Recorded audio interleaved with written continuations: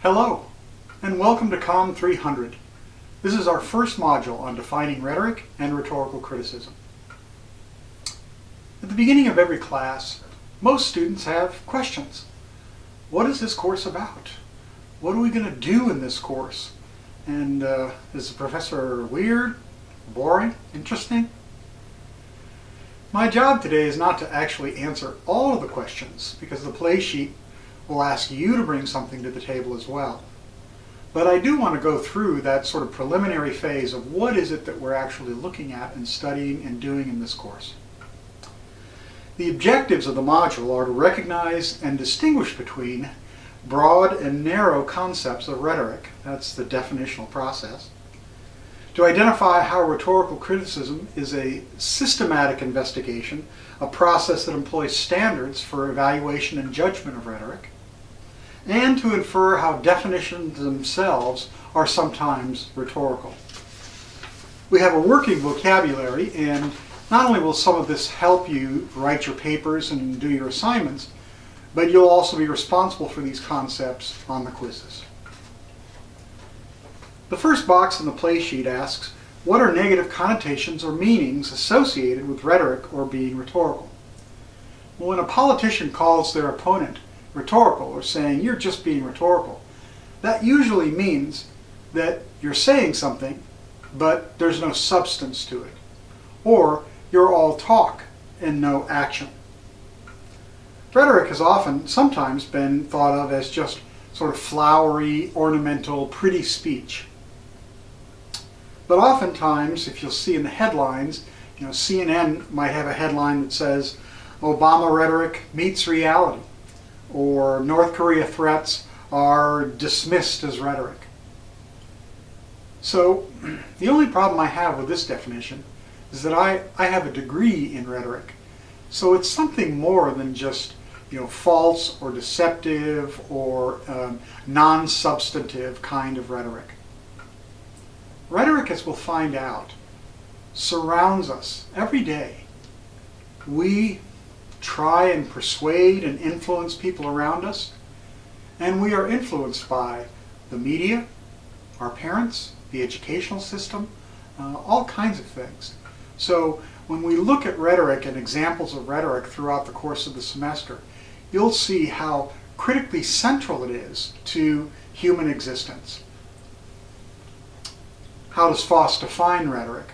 What are the components of her definition, and what are the functions of rhetoric? She defines it as the human use of symbols to communicate. Let's break this down. First, the focus is on humans as creators of rhetoric. We are the only animal that creates a social reality through our symbol systems. And sure, some apes use sign language, but they don't publish dictionaries of sign language. They don't, in essence, create their own reality through their symbol systems. After we focus on human use, the next is the use of symbols. Let's distinguish between a symbol and a sign. A sign is something that has a direct connection to the object represented. So, if there's smoke, there's fire.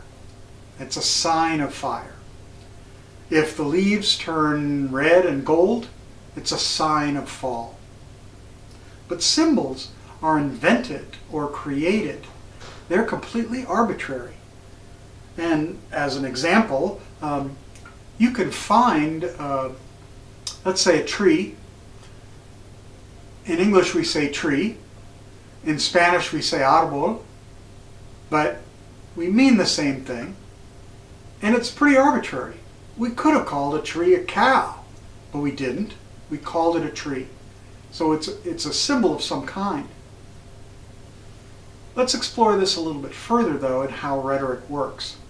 If you take a tree in the forest or standing there, it's not rhetorical in and of itself. It's not trying to persuade someone to look at something a certain way or to recall something. But if you take that same tree and you put some lights and some tinsel and some ornaments, then all of a sudden it's rhetorical. That Christmas tree reminds us of the season of giving and the specialness of sharing with family or with strangers, right? So in short, we transform something that's not really rhetorical and we make it into a rhetorical symbol. And finally, the purpose of rhetoric is to communicate. That is, to provide a link or an impact or an influence in some way on others. Foss talks about the functions of rhetoric, and she says, well, rhetoric is designed to persuade, and we're sort of familiar with that. But it's also an invitation to understand the world in a certain way. Rhetoric doesn't have to be, you must believe this. Rhetoric can also be, look at the world this way, and see it slightly differently. This happens a lot with memes. So you'll have a picture, you'll know that picture, and all of a sudden someone will put a label on it and will invite you into a different way of seeing that thing, right? So it can be an invitation to understand something. It can also be self-discovery. Rhetoric is one way that we can begin to understand ourselves, our meaning in life, our goals, our direction, and in essence, rhetoric is also involved oftentimes in a kind of a healing process. Rhetoric can be very therapeutic. Sharing your story with other members of a group that have had similar kinds of experiences can be very powerful. So rhetoric has this self-discovery and healing element as well. And finally, from Foss, rhetoric kind of labels and frames the way the world is. It tells us what reality is. And that's one of the reasons why it's so incredibly powerful, is that a lot of our belief systems are founded on rhetoric that we have received from our parents, from our schools, from our media, and so forth. So rhetoric is not just, I want you to do this. Rhetoric can also be, look, a completely different way of looking at the world. Well, we understand a little bit more about what rhetoric is, but what are we doing in this class? How does Foss define rhetorical criticism, and why do rhetorical criticism? Well, she says rhetorical criticism is a qualitative research method. It's not about numbers. It's qualitative. It's the systematic investigation and explanation of symbolic acts and artifacts for the purpose of understanding rhetorical processes. Again, let's break this down a little bit. So a systematic analysis means it's not, oh, I like that, or wow, that movie really sucked. It's more systematic than that. So if you're going to critique a speech, can you read it just once and write your paper? Well, no. You need to kind of go through the speech several times. Maybe watch it, maybe listen to it without watching it, right? So you get different channels and so forth. Systematic analysis also means that we take a little bit of a balcony stance, which is to say, we're trying to get not a completely objective view, but at least a little bit more objective.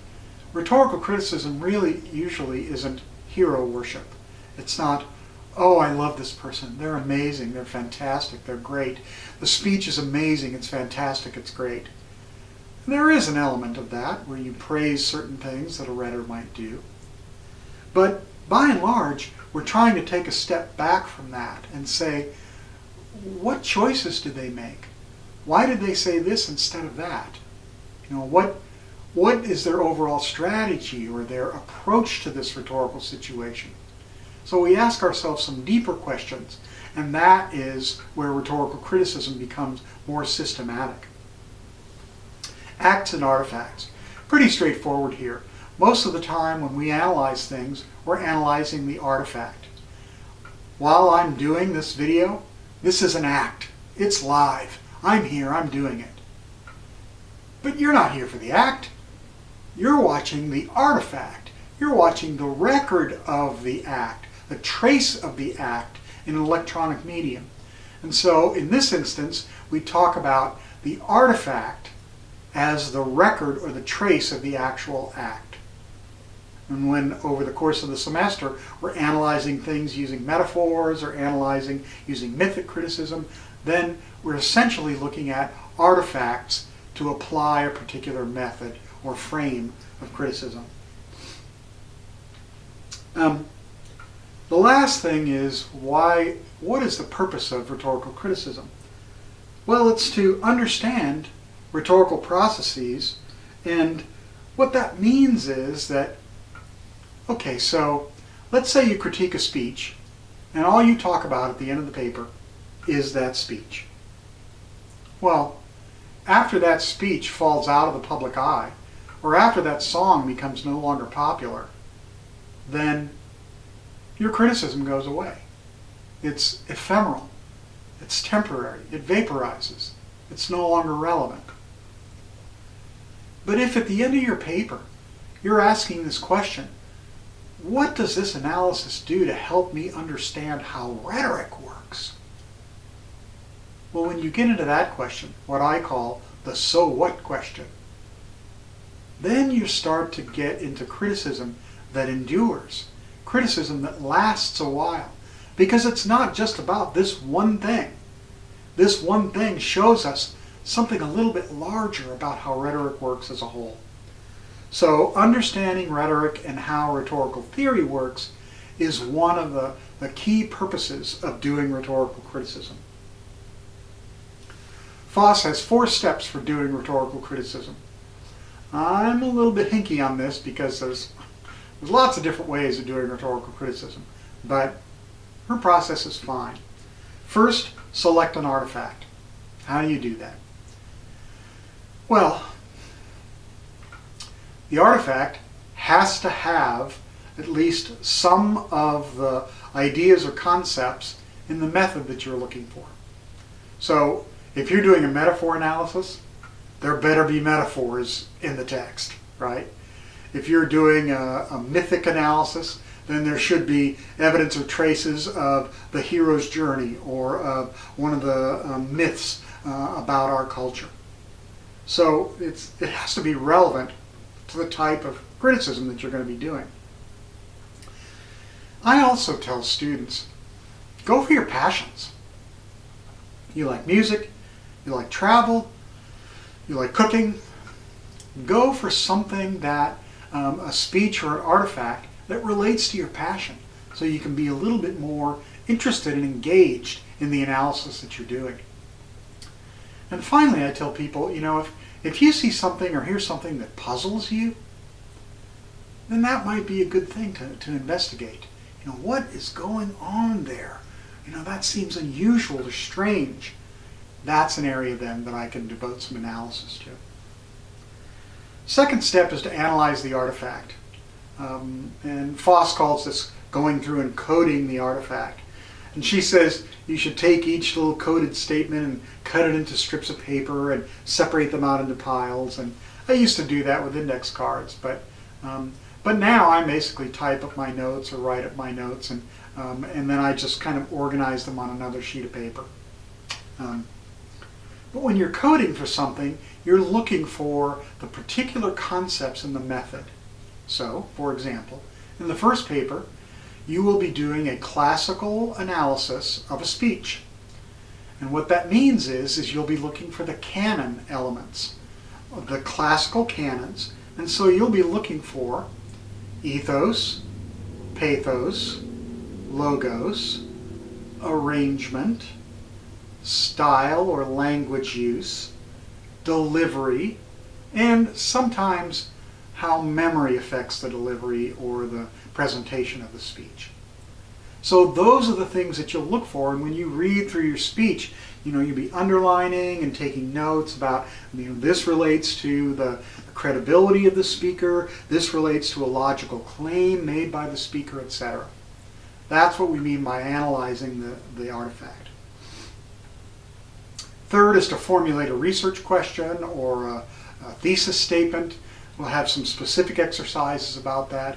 I actually have a pretty easy formula for you. Once you get the rest of your outline kind of straightforward, it's pretty easy to produce a thesis statement. And then finally, write the essay. You may note when I describe the assignment of paper number 1 that I have certain standards that I want you to meet. So what that means is that I expect to see an outline for every paper that you write. And I expect to see a certain structure in that outline. And I clear all of this up. You're going to have lots of resources to do that. But just know that when you write the paper, there are certain things that I expect to see in the paper. So for Foss, what is the purpose of rhetorical criticism? Do you have to be an expert to do good analysis? And how does she describe critics as agents of change? Well, you can find all those question answers at Foss, pages 21 to 23. So I invite you to fill that out on your own. When we talk about evaluating rhetorical criticism, okay, so this is me evaluating your papers. First, Foss offers a couple of assumptions about this process. The basic assumptions are that objective reality doesn't really exist. Everyone has an interpretation or a flavor or a perspective on things. And so we're not really looking for a hard scientific reality here. That also means the second assumption is that you can only know an artifact through a personal interpretation. So we get that it's you making this argument. A lot of students will put in, well, I believe that, you don't need to. I open this paper up. I know it's you. I know it's your opinion. The question in my mind is, well, how do I evaluate it? So the first standard for evaluation is justification. Did you give reasons? Did you provide support for your claims? So all of that means is that if you make an argument that, Obama is increasing credibility in this area, well, then I expect to be able to look and see you have a quote or you have a reference to a part of the speech. You show me that you have supported your argument. The second standard is related to the first. It asks, did you make a reasonable inference? If I look at your claim about this speech, and then I look at the speech, is there a good relationship, and do I believe your claim? Is it a reasonable claim? Or are you claiming something so off the wall that I'm like, that's not in the paper, that's not in the speech? So you need to make a reasonable link and make your arguments sound arguments, solid arguments. That's what you're doing, is you're providing good reasons for your claims. And then finally, third, this is important to me, is coherence.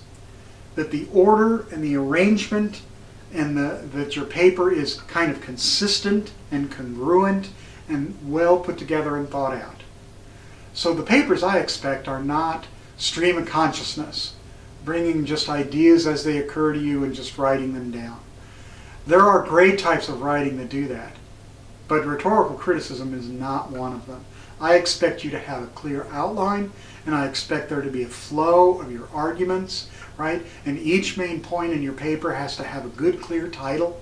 So there are certain things that I set forth in the expectation. And again, I'll give you resources to kind of learn, how do I do what you're expecting. So post this. Either post an example of a definition in our society that is somehow rhetorical. Who gets to make that definition? And who is impacted by that definition? Or post an example of an odd or unusual piece of rhetoric, something that's striking. And do you think it works? Do you think it fails? What do you think are some issues around that? And then, as you do that, go look at what other people are posting and make some comments as well. That concludes Module 1 on defining rhetoric and rhetorical criticism. Have a great day.